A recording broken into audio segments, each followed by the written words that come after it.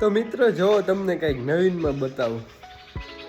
આ જો મિત્રો ચકલીની બચ્ચું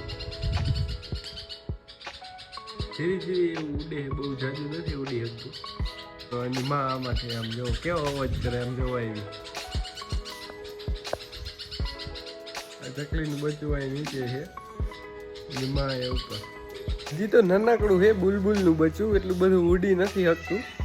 આને જોવા માટે ગામના બધા છોકરા શરીરને બધા છોકરા ઘડી ઘડી જોવા આવે. શું થયું ચકલીનું બચ્ચાનું, મીંદડું ખાઈ ગયું કે શું થયું, ઉડી ગયું કે એ રીતના બધા. તો બહુ ઉડી તો નથી શકતું, ધીરે ધીરે ઉડી શકે ને એનો બચાવ કરી શકે એ રીતના હે.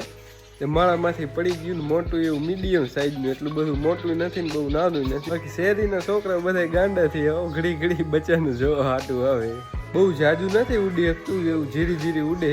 બાકી એની માં 24 કલાક પ્રોટેક્શનમાં એનું ધ્યાન રાખે કે કાંઈ થઈ ન જાય એ રીતના. ને એને ટાઈમે ટાઈમે એને ખાવાનું આપે. અને માળામાં પાછું નાખી તો પાછું હેઠું પડી જાય એ રીતના.